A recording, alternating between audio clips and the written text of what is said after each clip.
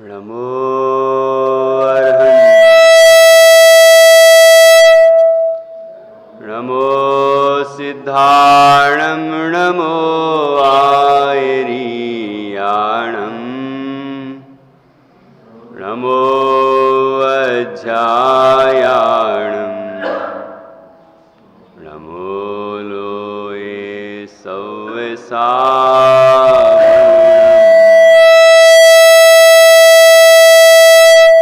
अर्हन्त सिद्ध साहु तिद्यं जीर्णधम वयण पडिमाहु जीर्णनिलयाय नवदेवादिन्तु मे बोहि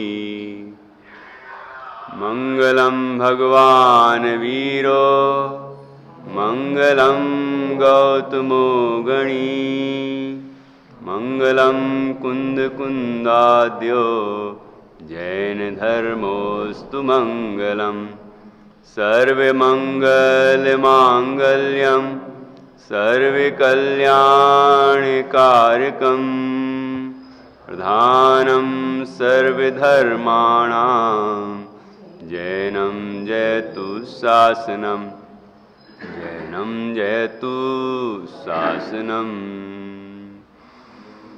मंगलमय मंगलकरण वीतराग विज्ञान नमो ताहि जाते भय अरहंतादि महान करि मंगल करि होमा ग्रंथ करण को कार जाते मिले समाज सब पावे निज पद राज पावे।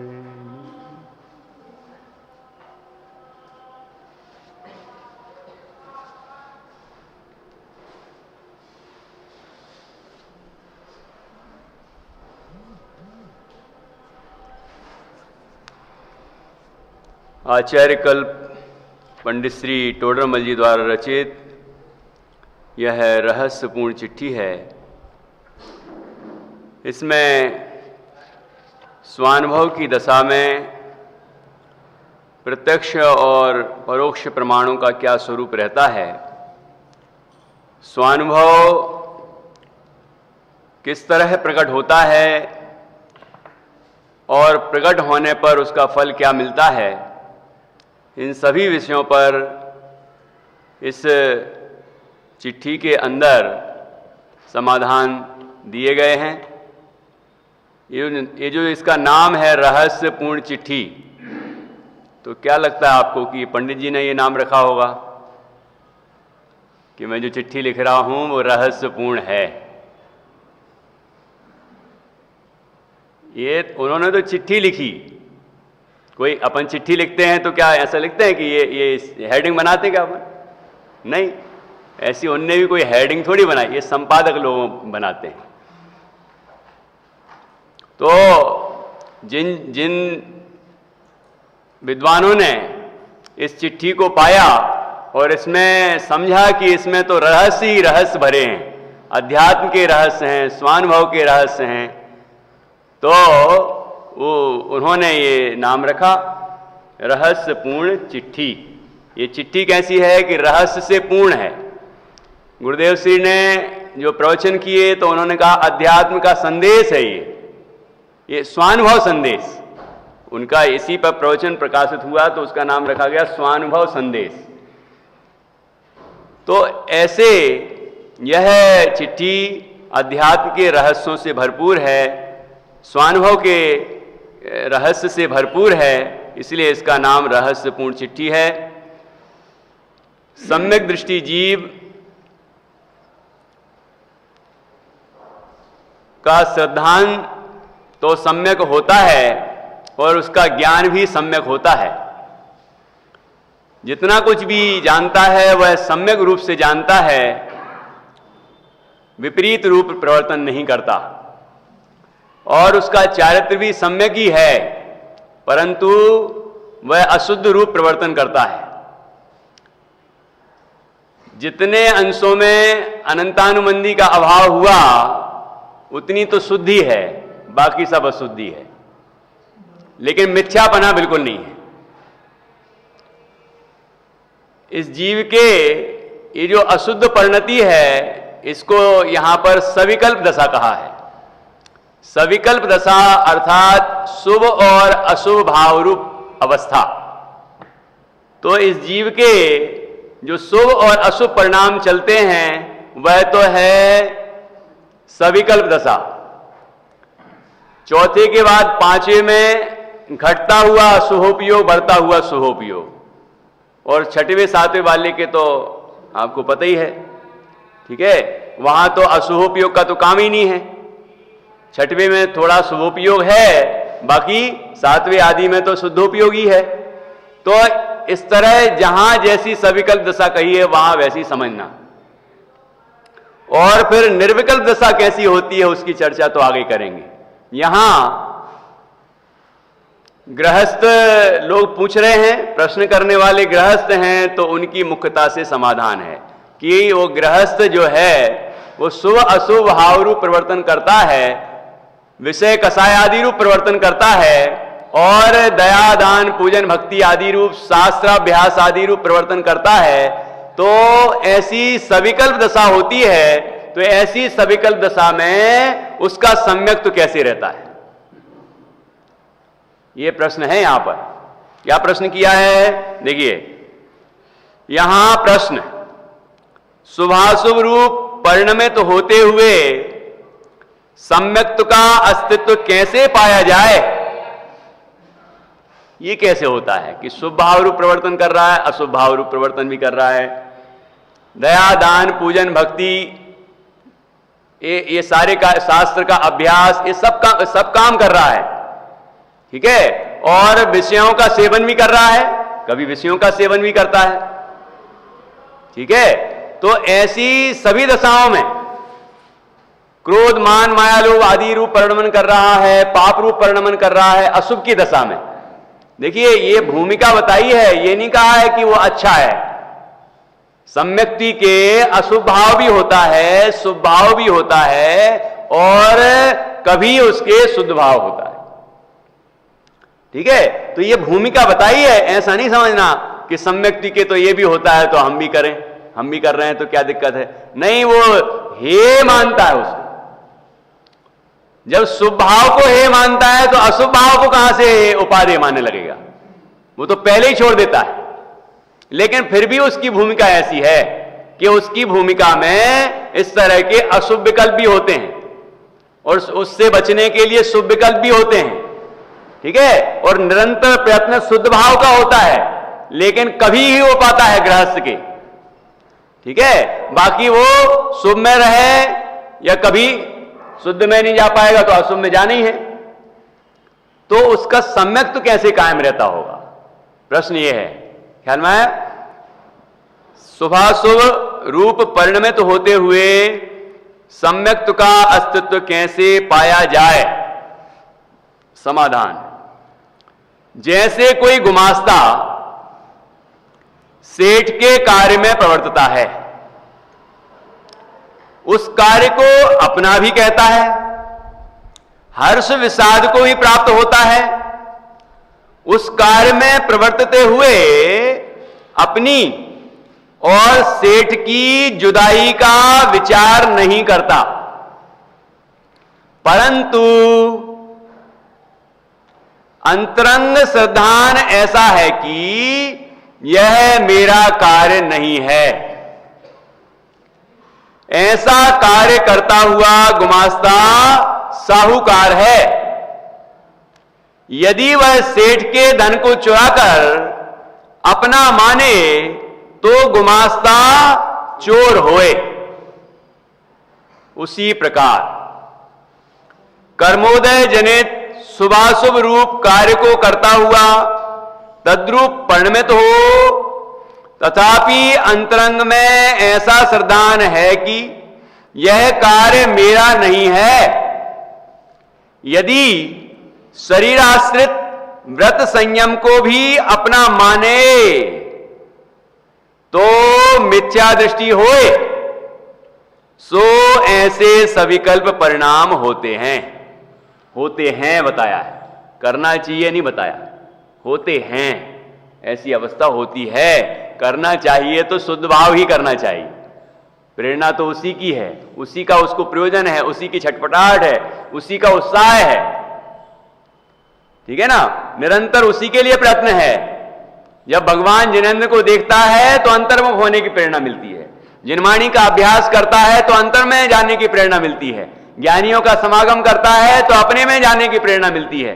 वो जहां जहां ये जो भी अंतरोन्मुखी पुरुषार्थ कर रहे हैं जीव, उनको देखता है तो अंतर में जाने की प्रेरणा मिलती है।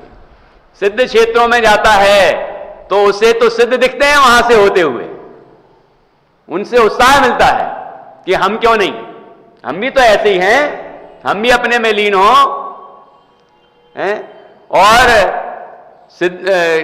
जो भी धर्म के चिन्ह हैं, जहां भी नवदेव कहे ना, तो उनको देखता है, उनका स्मरण करता है तो अपने में जाने का प्रयत्न करता है।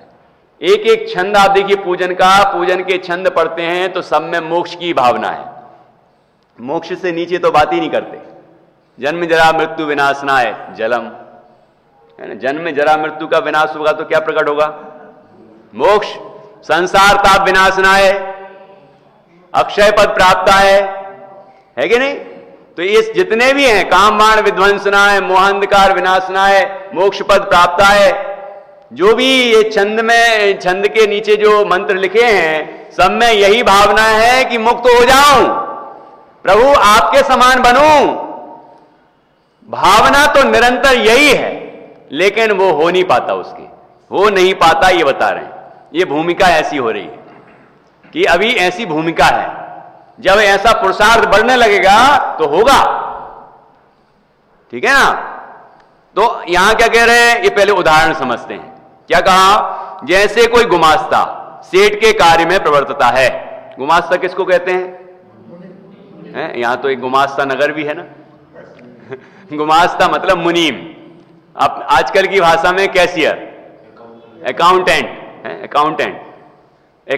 है।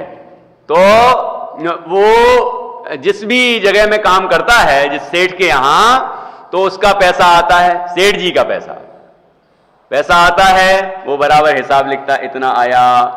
फिर जाता है, कोई लेने वाले भी होते हैं तो वो देता भी है, वो भी हिसाब लिख लेता है। और कोई ऐसा कहता है, अरे 10 रुपए ज्यादा दो ना, तो कहता नहीं, ज्यादा क्यों दें? वो बात भी ऐसे ही करता है कि जैसे उसके पैसे जा रहे हो। लोग कहने भी लग जाते हैं, इसकी जेब का क्या जा रहा है, तुम्हारे जेब का क्या जा रहा है जो तुम दे नहीं रहे हो? कहता है नहीं कैसे दे दें, नहीं देंगे हम, इतना बैठता है तो इतना ही देंगे। बोलता है कि नहीं बोलता है? और जब कभी नुकसान होता है सेठ जी को, मतलब उस पैसे में नुकसान होता है, तो कैसा उसकी प्रवृत्ति कैसी होती है? दुखरूप। नुकसान होता है तो दुखी दिखता है, हाँ, जब लाभ होता है तो खुश दिखता है, लेकिन है कि नहीं? लेकिन क्या होता है कि कितना ही फायदा हो जाए, उसको कितना मिलना है? उसकी जितनी तनख्वाह है उतनी मिलना है। कितने ही नुकसान हो जाए तो भी उतनी मिल रहा है, कितनी फायदा हो जाए तो भी उतनी मिल रहा है। उसे इसमें कोई अपनापन नहीं है कि वो कितना आ रहा है और कितना जा रहा है, लेकिन दिखता ऐसा है। ये जो बात कही है कितना सटीक उदाहरण है। टोडरमल जी ने जितने भी उदाहरण दिए हैं मोक्ष मार्ग प्रकाशक में और यहां दे रहे हैं रहस्यपूर्ण चिट्ठी में, एक एक उदाहरण पूरा सटीक है। और आचार्यों के ग्रंथों में आप पढ़ेंगे तो आप बिल्कुल सटीक उदाहरण देते हैं, बिल्कुल हूबहू ऐसा कि जिनको वो पढ़ के और समझ में आ जाए विषय। जैसे कोई गुमास्ता सेठ के कार्य में प्रवर्तता है, उस कार्य को अपना भी कहता है, हर्ष विषाद को भी प्राप्त होता है। हर्ष मतलब खुशी, विषाद अर्थात दुख। हर्ष विषाद को भी प्राप्त होता है नफा नुकसान में, ठीक है। उस कार्य में प्रवर्तते हुए अपनी और सेठ की जुदाई का विचार नहीं करता कि सेठ अलग हैं, फायदा नुकसान उनका, मेरा क्या, ऐसा विचार भी नहीं करता है। देखो, विचार नहीं कर रहा है, ये सब चीजें समझना है, प्रवृत्ति भी समझना है, विचार भी समझना है, ज्ञान भी कैसा चल रहा है, उपयोग कैसा चल रहा है, और उसकी प्रवृत्ति में कैसा चल रहा है, आचरण कैसा चल रहा है, ये दोनों चीजें समझनी है ना। और श्रद्धान कैसा चल रहा है, तीनों चीजें है ना, श्रद्धा, ज्ञान और चारित्र। तो श्रद्धा, ज्ञान, चारित्र तीनों बातें कर दी कि नहीं करी, कि ज्ञान में क्या चल रहा है, कि कितना आ रहा है, कितना जा रहा है, कितना फायदा, कितना नुकसान, ये सब चल रहा है कि नहीं। और प्रवृत्ति में भी चल रहा है, बोलचाल में भी चल रहा है, और उसके हर्ष विषाद रूप प्रवृत्ति में भी चल रहा है, आचरण, ये सब में क्या चल रहा है कि जैसे कि वो उसका ही जा रहा हो, उसका ही आ रहा हो, उसको आ रहा हो, ऐसा ही चल रहा है। लेकिन श्रद्धान कैसा है कि इस जीव को शुभ भाव चल रहे हैं, अशुभ भाव चल रहे हैं, लेकिन श्रद्धान कैसा है, सम्यक्ति को। परंतु अंतरंग श्रद्धान ऐसा है कि यह मेरा कार्य नहीं है। क्या, किसका काम है, किसका काम है ये, जो भी कंपनी चल रही होगी या जो भी कुछ चल रहा होगा उसका, वो किसका काम है, सेठ जी का काम है। मालिक कौन है, कि सेठ जी हैं। फायदा किसको हुआ, कि सेठ जी को। नुकसान किसको हुआ, कि सेठ जी को। मेरा क्या है, मेरा क्या काम है, कि मेरा कोई काम नहीं है। श्रद्धान है ये अंतरंग में, ये सोचना नहीं पड़ता, उसको सोचना पड़ता होगा बार बार। लोगों की जो प्रवृत्ति बन गई है वो ऐसी बन गई है, ऐसा विचार चलते रहना चाहिए, चलते रहना चाहिए, चलते रहना चाहिए। इस भूमिका में ऐसा कैसा कैसा विचार चलेगा, विचार शुभ और अशुभ रूप होंगे, क्योंकि शुद्ध रूप में नहीं जाएगा तो शुभ से कहां जाएगा फिर। पूजन कर रहा है, भक्ति कर रहा है, स्वाध्याय कर रहा है, ये शुभ रूप प्रवर्तन कर रहा है, लेकिन क्या शुभ रूप ही प्रवर्तन करता रहेगा। यदि शुद्ध में नहीं गया तो अशुभ में जाना ही है, कैसे नहीं जाएगा, नहीं जाए तो ये वो शुभ भाव स्वभाव हो जाएगा। यदि शुभ से शुद्ध में अथवा अशुभ में ना जाए तो वो शुभ भाव ही स्वभाव हो जाए, क्योंकि स्वभाव रूप ही कायम, स्वभाव ही कायम रहता है, तो वो तो बदलेगा। शुभ भाव में चल रहा है वो बदलेगा, या तो शुद्ध में जाएगा या अशुभ में जाएगा, जाएगा तो जरूर। तो अब हमारी भूमिका में ऐसा चल रहा है तो हम सोचते हैं अरे यार ऐसा चल रहा है, ऐसा चल रहा है, ऐसा चल रहा है। श्रद्धान में कैसा है, ये उदाहरण समझ में आया कि नहीं। देखो कितना सुंदर है कि परंतु अंतरंग श्रद्धान ऐसा है कि यह मेरा कार्य नहीं है, ऐसा कार्य करता गुमास्ता साहूकार है, ईमानदार व्यक्ति है। ऐसा काम करता है तो ईमानदार है, सज्जन है, सच्चा है, ठीक है ना। वो बाहर की प्रवृत्ति तो ऐसी हो रही, मायाचारी नहीं कर रहा, वो मायाचारी कर रहा है क्या, ये सेठ जी के सामने कहेगा अरे हमारे नुकसान हुआ, हमारा फायदा हुआ, ऐसा मायाचारी कर रहा है। वो काम सौंपा है उसको, वो उसको काम सौंपा है, वो काम कर रहा है, अपनी जिम्मेदारी का पालन कर रहा है, अपने कर्तव्यों का पालन कर रहा है ना, दिखावा थोड़ी कर रहा है वो, ठीक है ना। तो उसके सहज प्रवृत्ति ऐसी होती है, और वह इस तरह जो भी नफा नुकसान, जो फायदा और होता है, लाभ हानि होती है, उसका पूरा हिसाब भी रखता है, उसमें हर्ष विषाद करता हुआ भी दिखता है ना, वो सब कुछ करता है। लेकिन अंतरंग में क्या श्रद्धान है कि यह मेरा नहीं है, यह काम मेरा नहीं है। तो यहां पंडित जी लिख रहे हैं ऐसा करता हुआ वो साहूकार है। साहूकार है मतलब वो सज्जन है, सच्चा व्यक्ति है, वो ईमानदार है, ऐसा करता हुआ। अब आगे देखिए क्या लिख रहे हैं पंडित जी, यदि वह सेठ के धन को चुराकर अपना माने तो गुमास्ता चोर होए। अब उसने सोचा कि 1 रुपया अपन जेब में ही रख लें, अपना फायदा हुआ ना। अभी कह तो रहा था कि मेरा फायदा हुआ, हमें तो इतना फायदा हुआ इस वर्ष, तो 1 रुपया जेब में रख ले, तो क्या कहलाएगा वो? क्यों सुल्तान, क्या कहलाएगा वो?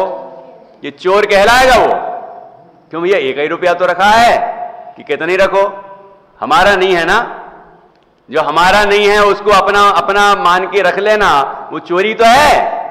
ठीक है, तो क्या कह रहे हैं, यदि वह सेठ के धन को चुराकर अपना माने तो गुमास्ता चोर होए, तो वो साहूकार नहीं रहेगा, चोर रहेगा, चोर हो जाएगा। तो ये पूरी प्रवृत्ति ख्याल में आई। अब इसी पर पूरा घटित किया है टोडरमल जी ने। ये सम्यक्ति का शुभ शुभ भाव रूप परिणमन करते हुए भी सम्यक तो कैसे कायम रहता है, इस बात को बहुत सुंदर ढंग से यहां पर बताया है। उसी प्रकार कर्मोदय जनित शुभाशुभ रूप कार्य को करता हुआ तद्रूप परिणमित हो, कि कर्मोदय जनित, कौन से कर्म के उदय से ये भाव रूप परिणमन कर रहा है? शुभ शुभ रूप कार्य को करता हुआ। कौन सा कर्म? कर्म तो बहुत सारे, 8 कर्म हैं। हाँ, मोहिनी कर्म का उदय आता है तो जीव मोह भाव रूप परिणमन करता है, कसाय भाव रूप परिणमन करता है। क्योंकि उसके 2 भेद है ना, दर्शन मोहिनी और चारित्र मोहिनी। तो अब दर्शन मोहिनी तो इसको नहीं है, सम्यक द्विको दर्शन मोहिनी तो नहीं है, उसका या तो उपसम होगा या क्षयोपसम होगा या क्षय होगा, तीनों में से कुछ ना कुछ होगा, इसको नहीं है मतलब। ठीक है, उदय रूप तो नहीं है, तो वो सम्यक्ति है। तो दर्शन मोहिनी की बात नहीं करना है, चारित्र मोहिनी की बात करेंगे। कर्मोदय जनित तो मतलब चारित्र मोहिनी के कर्मोदय, कर्म के उदय से कर्मोदय जनित क्या क्या होता है? शुभाशुभ रूप कार्य को करता हुआ। तो मोहिनी कर्म में कौन सा कर्म है जो शुभ भाव रूप परिणमन कराए और जो अशुभ भाव रूप परिणमन कराए? हैं?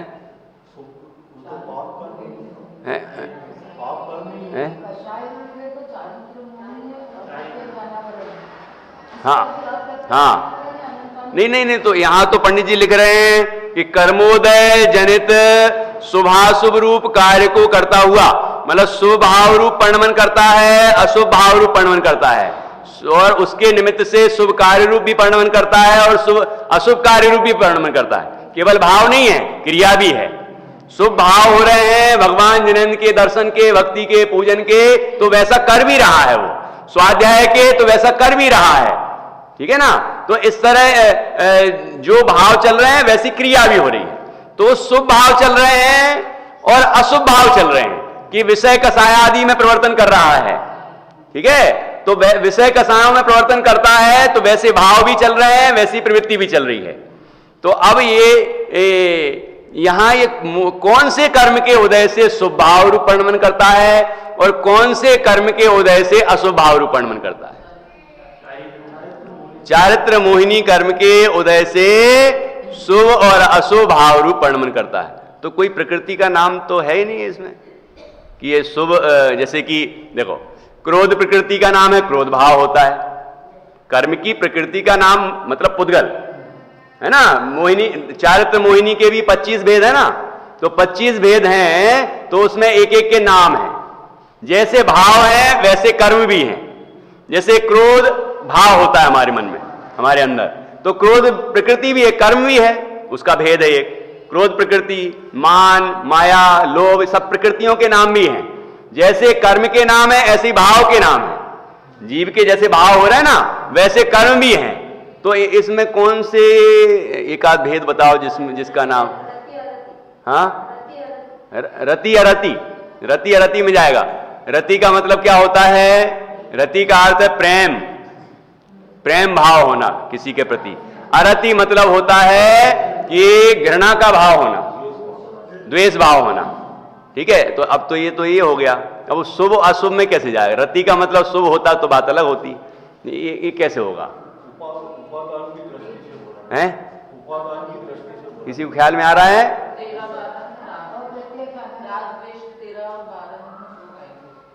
राग द्वेष 13 और अच्छा हाँ 25 प्रकृतियों को 2 भागों में बांटा गया है। तो इसमें 12 तो हैं द्वेष रूप और 13 हैं राग रूप। तो ये तो राग और द्वेष हो गया। शुभ और अशुभ कहां हुआ? हाँ जब मंद उदय होगा हाँ तो शुभ में प्रवर्तन करेगा, हाँ, तीव्र उदय होगा तो अशुभ में प्रवर्तन करेगा। क्या बात है, बहुत बढ़िया। अप्रत्याख्याना वर्ण ही नहीं, कोई भी हो, है ना, कोई भी हो, सीधा सा बोलना है। कसाय जो भाव है, कसाय है, कसाय है, उसका तीव्र भाव रूपणमन होगा जब, मतलब कसाय की तीव्रता होगी तो वह अशुभ कहलाएगा, जिसको टोडरमल जी ने पहले अधिकार में लिखा संक्लेश भाव। संक्लेश भाव है वो अशुभ भाव है, और विशुद्ध भाव है वो शुभ भाव है। मतलब जब उसी कसाय का, ये 25 कसाय, जो 25 कसाएं हैं, जब ये तीव्र रूप होती हैं तो कहलाता है अशुभ, और जब वही मंद रूप होती हैं तो कहलाता है शुभ। मतलब कोई अलग से प्रकृति नहीं है, ये तो सभी में है। क्रोध प्रकृति का मंद उदय है, प्रकृति की बात करें तो कर्म की मंद उदय है, तो क्रोध का परिणाम भी कैसा होगा, मंद होगा। अब इधर से देख लो, क्रोध का परिणाम जब मंद होगा तो प्रकृति कैसी होगी, प्रकृति का उदय कैसा होगा, प्रकृति उसका उदय भी मंद होगा। मतलब क्रोध नाम का जो मोहिनी कर्म है, चारित्र मोहिनी कर्म, उसका उदय भी उस समय कैसा है, मंद है। तो ऐसा है, जीव के परिणामों के साथ कर्म का निमित्त नैमित्तिक संबंध है। ठीक है, उपादान की मुख्यता है, लेकिन निमित्त भी है, निमित्त भी है, और वो वैसे ही होता है जैसे यहां पर जीव को मंद कसाय होती है तो यहां पर मंद उदय देखा जाता है, यहां तीव्र कसाय होती है तो यहां तीव्र उदय देखा जाता है। ऐसा इनके, ऐसा निमित्त नैमित्तिक संबंध। इधर से देखना है, लेकिन बस इधर से नहीं देखना, यहां से देखना है। उपादान की मुख्यता, हाँ, मुख्यता उपादान की होगी, ठीक है ना। नहीं तो जीव स्वतंत्र कैसे रहेगा कसाय का अभाव करने के लिए, कि कैसे ही उदय हो, मंद उदय है भले, लेकिन मंद उदय में जीव पुरुषार्थ करे तो कसाय का अभाव कर सकता है, तीव्रता में तो नहीं कर सकता। लोग कहते हैं कैसे ही उदय रहा है, कैसे ही उदय रहे, जीव तो यदि अपने में लीन हो जाए तो मोह का अभाव हो जाएगा। ऐसा नहीं है, तीव्र उदय में जीव का पुरुषार्थ नहीं चलता, जीव का पुरुषार्थ मंद उदय में ही चलता है। और यह बात 7वें अधिकार में पंडित जी ने स्पष्ट रूप से लिखी है। जो शुरुआत की है वहां सम्यक्त के सन्मुख मिथ्या दृष्टि का प्रकरण बताया है, वहां जहां मोह मंद हुआ है, ऐसा लिखा है कि नहीं लिखा, जहां मोह मंद हुआ, तो मोह मंद होगा तभी काम होगा, तीव्रता में काम नहीं होगा। हाँ, तो क्या उदाहरण दिया 7वें अधिकार में, एक बहुत सुंदर उदाहरण दिया है। सुल्तान क्या उदाहरण दिया आरोही, कि जैसे कोई व्यक्ति, ये सुल्तान से यदि उसमें नदी में गिर गया, बरसात का मौसम है, बहुत तीव्र प्रवाह है, और उसमें बह गया, ठीक है, अब बहता जा रहा है, कहता मैं तो इतना बड़ा तैराक हूं, गोल्ड मेडल है मेरे पास, तैराकी का गोल्ड मेडल है, लेकिन कुछ नहीं हो रहा है, बहता जा रहा हूं, बहता जा रहा हूं। ये क्या है कि जब तीव्र प्रवाह होगा तो तुम्हारी नहीं चलेगी, तुम्हारी कोई कलाएं नहीं चलने वाली, कितने ही गोल्ड मेडलिस्ट हो, सारी दुनिया का टॉप का तैराक हो, चलेगी नहीं। तीव्र प्रवाह में तो प्रवाह की चलेगी, प्रवाह जहां बहा के ले जाएगा वहां बह जाएगा वो। लेकिन बीच में मंदोदय भी, मंद प्रवाह भी तो आता है कि नहीं आता, कि अभी तो तीव्र प्रवाह था, फिर आगे चल के थोड़ा मंद होता है। तो तीव्र प्रवाह में तो पुरुषार्थ नहीं चलता, लेकिन जहां मंद प्रवाह हो, अब थक गए थे हाथ पैर चलाते चलाते, तो अब सोचा आराम कर लो, अब थोड़ा आराम कर लें। अब ऐसे हाथ खड़े कर देंगे तो क्या होगा, डूब के मर जाएंगे, हैं? तो क्या करना है, उस समय पुरुषार्थ करना है। हमारी स्थिति क्या बनती है, जब अशुभ भाव होता है, तीव्र अशुभ भाव होते हैं, तीव्र क्रोध होता है, मान होता है, माया होती है, लोभ होता है, ठीक है, उस समय हम विचार नहीं करते, लेकिन हम मंद कसाय में ऐसा विचार करते हैं। जब ऐसा हो तो क्या करना चाहिए, तब क्या करना चाहिए, अभी क्या करना चाहिए वो नहीं, अभी क्या करना चाहिए वो नहीं, तब क्या करना चाहिए। मतलब जीव को तीव्र कसाय से ज्यादा तकलीफ है, इसलिए उसका अभाव करना चाहता है। और मंद कसाय में क्या होगा? तैरेगा नहीं, बल्कि हाथ खड़े कर देगा। वाह वाह, आराम आराम मिला। बहुत देर से ये तीव्र प्रवाह में बड़े परेशान हो गए थे, बड़ी तकलीफ थी, अब बड़ी देर में ये शांति मिली है। और संतुष्ट हो जाए तो क्या होगा? वहीं डूब जाएगा। करना क्या चाहिए? दोनों बिल्कुल सटीक उदाहरण है वो, बिल्कुल सटीक, कि करना क्या चाहिए कि उस समय इसको हाथ पैर चलाना चाहिए। अपनी सारी तैराकी की कला अब प्रयोग में लाना है, उस कला का प्रयोग अब करना है। तो वो जैसे ही हाथ चलाता है सही दिशा में किनारे की तरफ, और किनारे पहुंच जाता है। होता है कि नहीं? ऐसे ही बस यहां है कि स्वभाव की भूमिका में जब हम स्वाध्याय कर रहे हैं, जब हम पूजन कर रहे हैं, जब भक्ति कर रहे हैं, जब दान आदि के परिणाम कर रहे हैं, जब हमारी कसाएं मंद हैं, ऐसी मंद कसाय की भूमिका में यदि हम मोक्ष का पुरुषार्थ करेंगे तो होगा, आत्मा के अनुभव का पुरुषार्थ करेंगे तो होगा। जब हम ये हमारी भावनाएं छटपटा रही हैं कि प्रभु हो मेरी ऐसी जैसा दशा जैसी तुम धारी है, इस तरह के शुभ भाव चल रहे हैं, छोटे मोटे शुभ भाव नहीं चल रहे हैं, इस तरह के चल रहे हैं कि प्रभु भगवान जैसा बनना चाहता है। ऐसे समय में जीव पुरुषार्थ करे। जैसे भगवान देह में रहते हुए भी देह से भिन्न है और अंतर्मुख मुद्रा है उनकी, ऐसे ही मैं इस देह में रहता हुआ भी देह से भिन्न हूं। ऐसे अपने चैतन्य तत्व का अंतर में अनुभव करे, ऐसा पुरुषार्थ करेगा तो अनुभव होगा। जिन दर्शन निज दर्शन का कारण है, सम्यक दर्शन का कारण है, तो भगवान जिनेंद्र के दर्शन कर रहा है और उन जैसे अपने को देखा, उपयोग अंतर्मुख किया और अनुभूति प्रकट हो गई।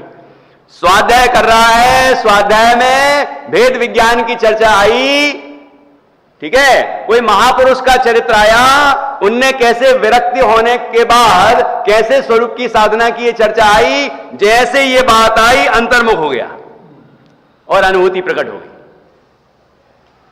अब उसी समय संतुष्ट हो जाए, वाह मैंने क्या बात पढ़ी है, कमाल हो गया, ये मैं लिख लेता हूं, अब मैं वहां बोलूंगा, अब वहां बोलूंगा, अब ये करूंगा।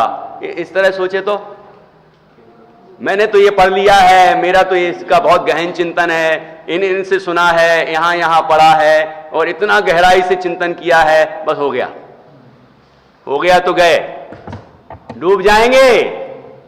वही समय था, वही अवस्था थी, वही भूमिका ऐसी थी कि जीव अपना पुरुषार्थ करता और अपने स्वरूप का अनुभव कर लेता और सम्यक दर्शन प्राप्त करता, आत्मानुभूति प्राप्त करता और मोक्ष मार्ग में आगे बढ़ता और मोक्ष की प्राप्ति कर लेता, किनारे लग जाता, भाव का किनारा प्राप्त कर लेता।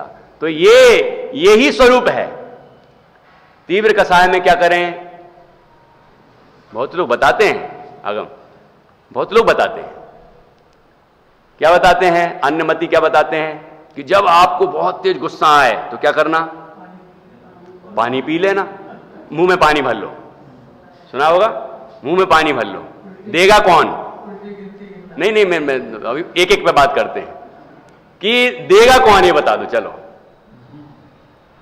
जो देगा वही शिकार हो जाएगा, जो पानी देगा वो शिकार हो जाएगा और इसको लेने का विकल्प नहीं होगा, क्योंकि जब तीव्र कसाय होती है तो ज्ञानहीन होता है। उस समय नहीं सोचता कि पानी पी लूं या मुंह में पानी भर लूं या उल्टी गिनती शुरू कर दूं। भाई 1 से 10 तक गिनना है तो फटाफट गिन जाती है, आप ध्यान भी नहीं दो तो भी हो जाएगी 100 तक।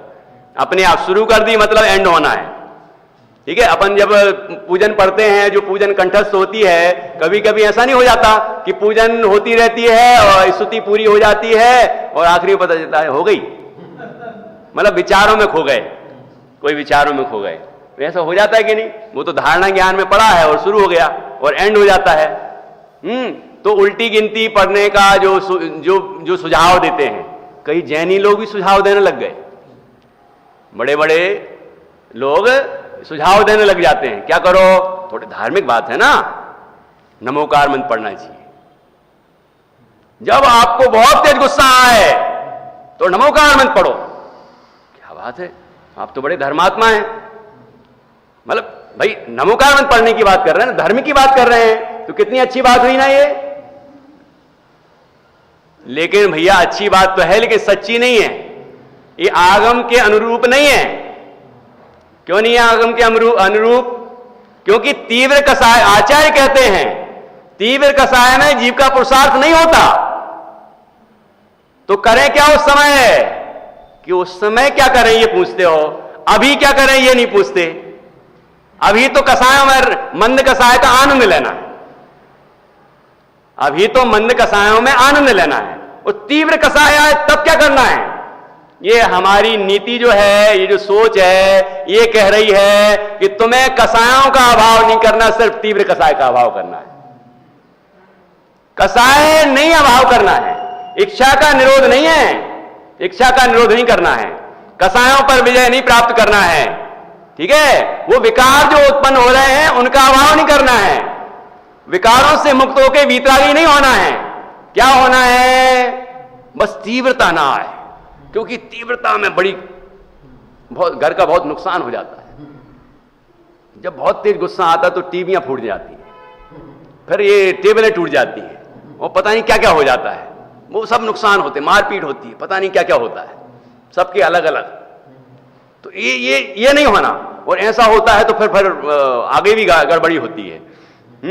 फिर समाज भी कहती है, फिर कानून भी कहता है, पता नहीं क्या क्या होता है। नहीं, वो नहीं होना।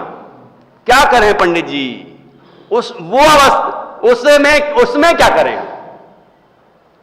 और जो आगमानुसारी तत्व ज्ञान को प्रतिपादित नहीं करते, वो ऐसा कहने लग जाते हैं, उस समय क्या करें?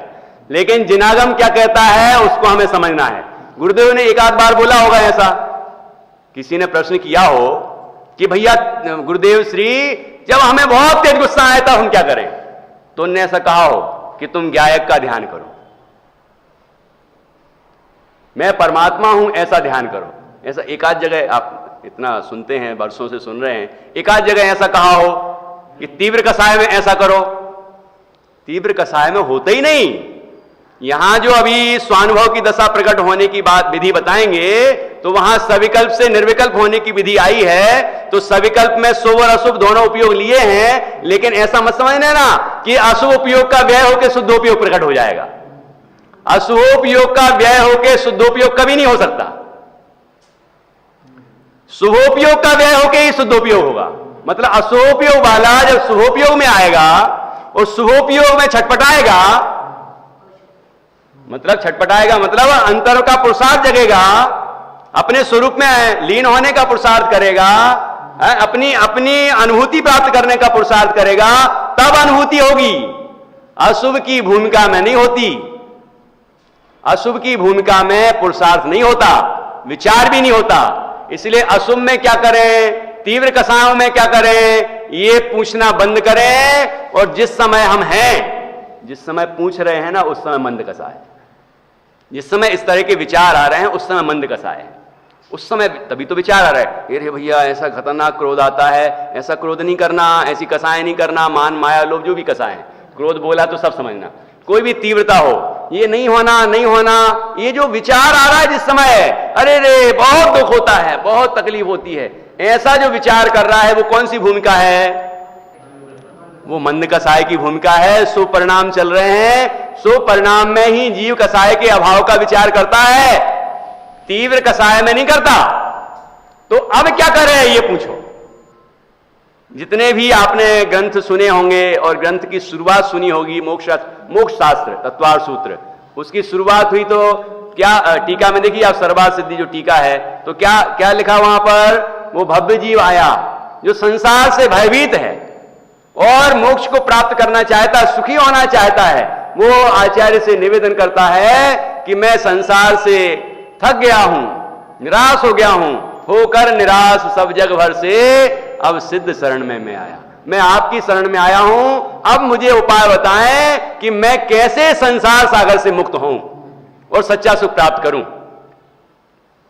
तो आचार्य वो उपदेश देते हैं उसको, तीव्र कसाइयों को नहीं देते। ठीक है ना? आपने अपनी धर्म पत्नी से कह दिया कि जब मुझे बहुत तेज गुस्सा आए तो मुझे एक गिलास पानी दे देना, थोड़ा सा ये भी कह देना दूर से देना, मतलब रख के और थोड़ा दूर हो जाना और फिर कहना वो पानी पी लो, नहीं तो फिर गड़बड़ हो सकती है। ये कसाय का स्वरूप ऐसा है, तीव्र कसाय का स्वरूप ऐसा है। तो तीव्र कसाय में पुरुषार्थ नहीं चलता, मंद कसाय में चलता है। और मंद कसाय में जीव संतुष्ट हो जाता है, बस गड़बड़ी यही है, इसीलिए डूबा है। वहां पुरुषार्थ करे तो होगा और जीव का कल्याण होगा, अनुभूति प्रकट होगी, आनंद होगा, अनादि का संसार समाप्त हो जाएगा और अनंत आनंद रूप मुक्त दशा प्रकट हो जाएगी। यही वस्तु का स्वरूप है, यही बात यहां कह रहे हैं। देखो, शुभ और अशुभ दोनों की ये अवस्था बनती है जीव के। सम्यक द्विके भी होता है, सम्यक द्विके भी शुभ अशुभ परिणाम होते हैं। दोनों में हे बुद्धि है, दोनों में हे बुद्धि फिर भी होता है। शुद्धोपयोग में ही उपादेय है, मतलब शुद्ध भाव रूप ही परिणमन करना चाहता है, वीतरागता में ही उपादेय बुद्धि है, लेकिन फिर भी वो शुभ शुभ रूप परिणमन करता है। अशुभ से तो बचने का पूरा प्रयत्न करता है, लेकिन शुभ में भी रहता है, क्योंकि शुद्ध में ना जाए तो शुभ में तो रहेगा ही रहेगा। ठीक है, तो यहां क्या कहते हैं, उसी प्रकार कर्मोदय जनित, तो कर्मोदय जनित में समझना कि मोहिनी कर्म, उसमें भी इस सम्यक्ति की बात चल रही है, इसलिए चारित्र मोहिनी कर्म। और चारित्र मोहिनी कर्म में जब तीव्र उदय आए तो समझना कि अशुभ भाव की बात कर रहे हैं, तो उसके निमित्त से अशुभ, मतलब तीव्र कसाय हो तो उसको कहते हैं अशुभ, संक्लेश परिणाम को। और जब मंद उदय रहता है, उस समय मंद कसाय रहती है, तो उसको कहते हैं शुभ। कसाय को ही शुभ और अशुभ कहा है, मंदता और तीव्रता में। ठीक है, तो इस तरह कर्मोदय जनित शुभ अशुभ रूप कार्य को करता हुआ, शुभ भाव रूप परिणमन करता है, अशुभ भाव रूप परिणमन करता है, शुभ कार्य करता है, अशुभ कार्य करता है, सब कुछ करता है वो। तद्रूप परिणमित हो, करता ही नहीं है, उस रूप परिणमित होता हुआ दिखता है। तद्रूप परिणमन मतलब उस रूप परिणमन। आचार्य ने, कुंद आचार्य ने लिखा है प्रवचन सारजी में, क्रोध रूप परिणमित आत्मा क्रोध है, मान रूप परिणमित आत्मा मान है, शुभ रूप परिणमित आत्मा शुभ है। एक पॉइंट लिखा है, सब समझ लेना। जैसा परिणाम चल रहा है वैसा है, क्योंकि पर्याय से द्रव्य सर्वथा भिन्न थोड़ी है। जैसी पर्याय होती है उस रूप वो द्रव्य ही तो परिणमन करता है। तो तद्रूप परिणमित हो, तथापि क्या लिखते हैं, अंतरंग में ऐसा श्रद्धान है कि यह कार्य मेरा नहीं है।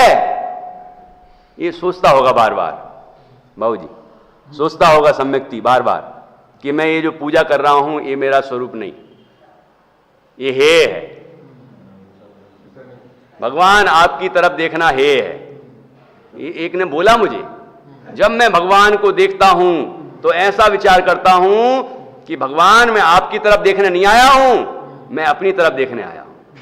तो मंदिर काय को आया, घर में ही देख लेते, क्योंकि अपन तो घर में भी थे। हैं? ऐसा बोलना ये पहले नंबर मिथ्यात्व है। तीव्र कसाय ऐसे जीव को सम्यक तो नहीं हो सकता।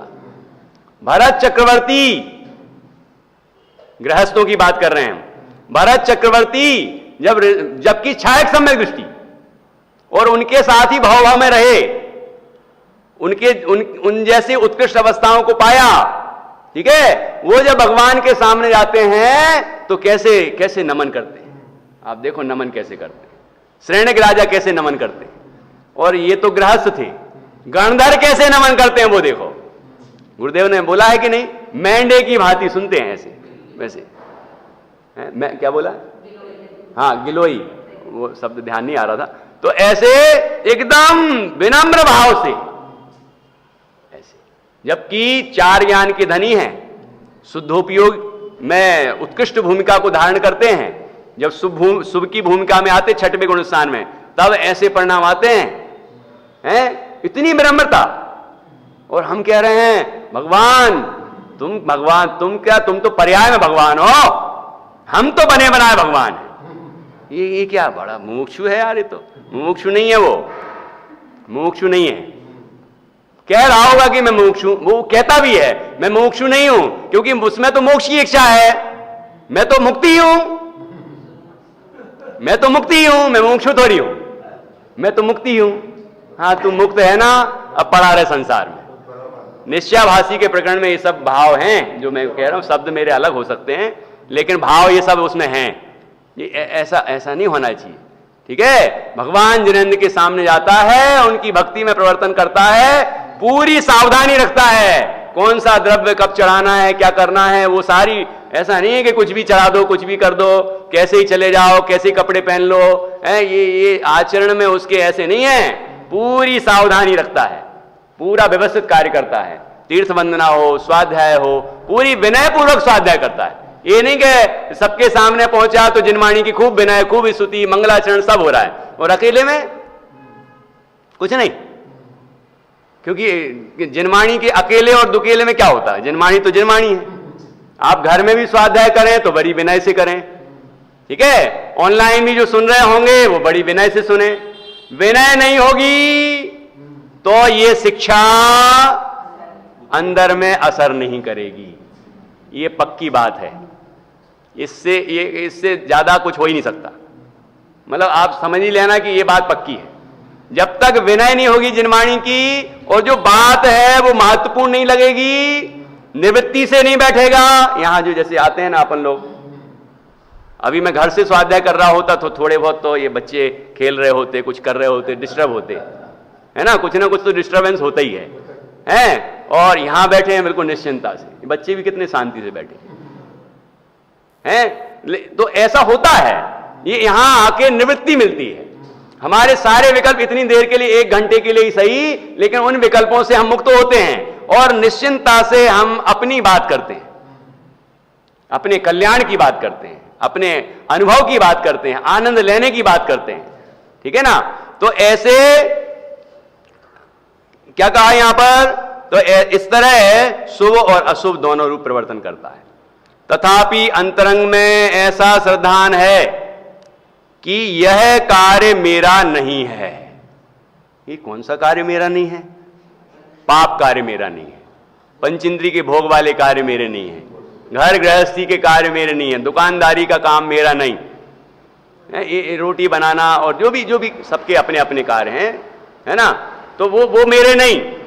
लेकिन बाकी जो भगवान जिनेंद्र की भक्ति करता है, पूजन करता है, स्वाध्याय करता है, स्वाध्याय तो अपना है, स्वाध्याय के परिणाम तो बढ़िया हैं कि नहीं, करते रहने लायक हैं। देखो यहां भी ये इसलिए पंडित जी ने बिल्कुल स्पष्ट शब्दों में लिखा, शास्त्राभ्यास रूप प्रवर्तता है आदि में, और भी समझ लेना। तो वो शब्द भी लिख दिया। वो लिखने से ये अच्छा हो गया कि कोई लोग ऐसा कहने लगे कि हम तो इतने घंटे स्वाध्याय करते हैं, ना पूजा करते, ना पाठ करते, ना भगवान के दर्शन करते, कुछ नहीं करते, सिर्फ स्वाध्याय करते हैं।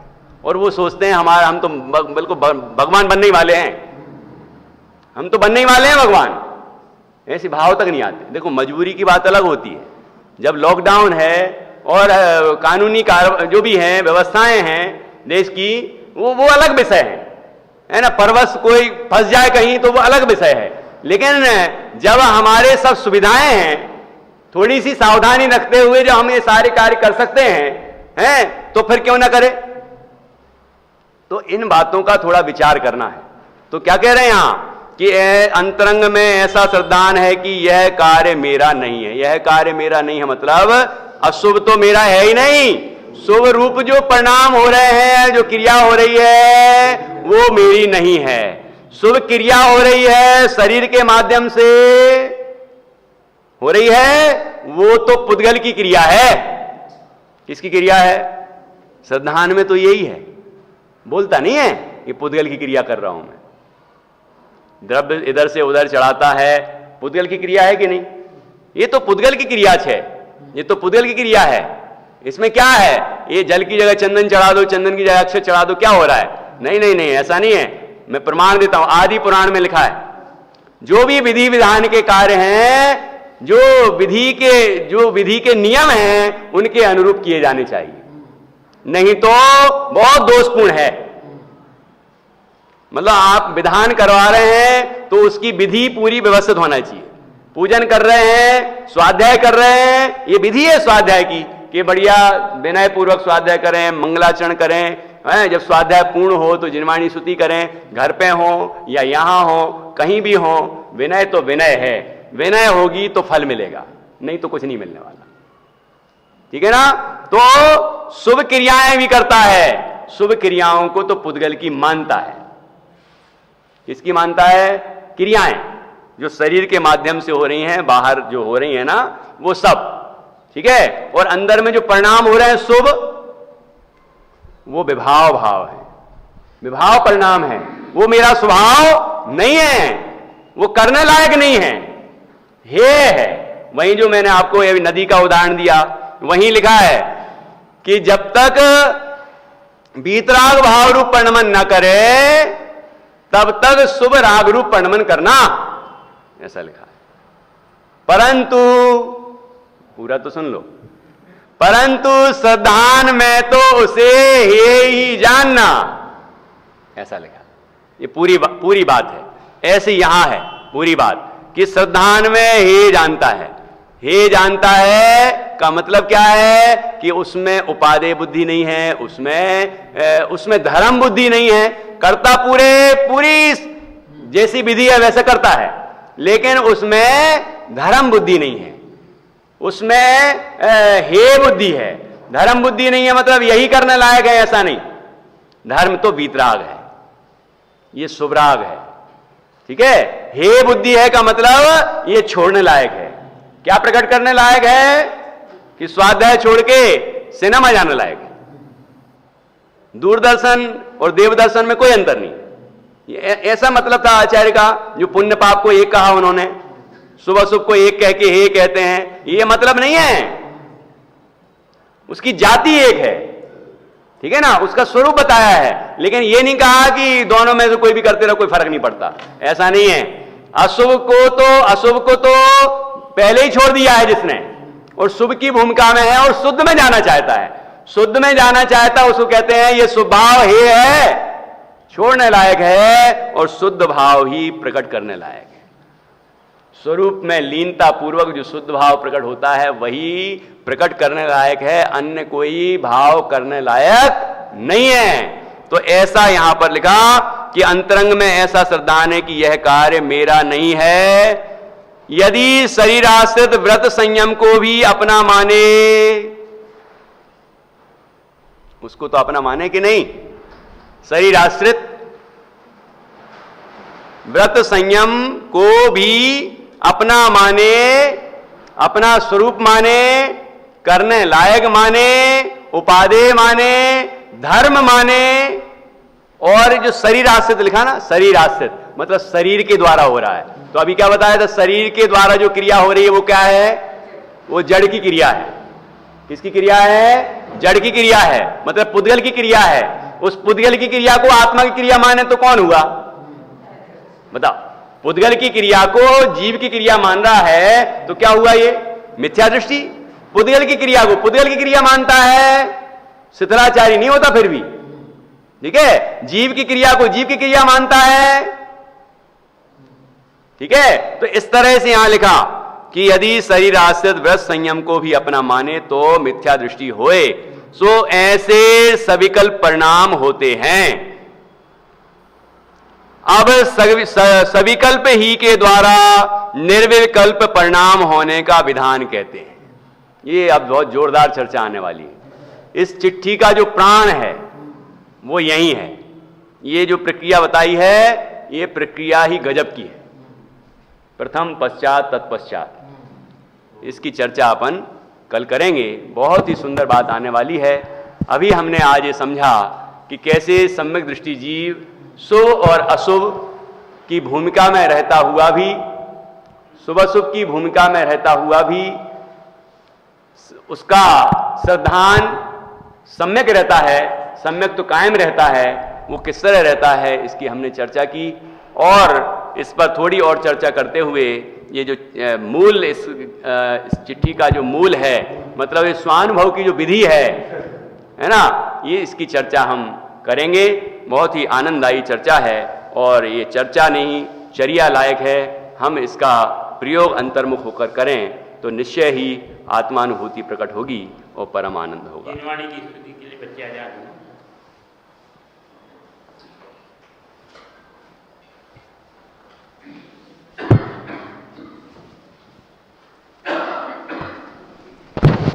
सुन कर वाणी जिनवर की मारे हर्ष हिये न समाए जी, मारे हर्ष हिये न समाए जी। सुन काल अनादि की तपन बुझानी, काल अनादि की तपन बुझानी, निज निधि मिली यथाह जी, निज निधि मिली यथाह जी। सुन कर वाणी जिनवर की मारे हर्ष हिये न समाए जी, मारे हर्ष हिये न समाए जी। भ्रम और विपर्यय नाशा, संशय भ्रम और विपर्यय नाशा, सम्यक बुद्धि उपजाए जी।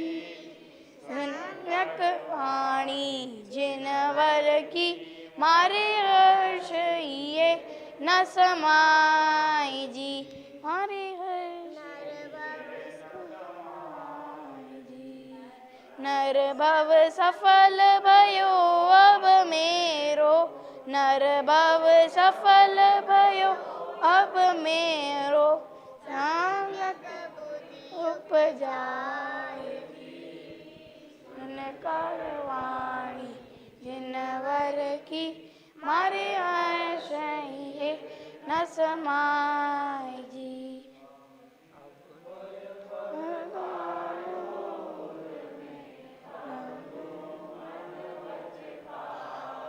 जीन कर वाणी जिनवर की मारे हर्ष हिये न समाए जी। सुजलो कालो हमारी मस्तक हम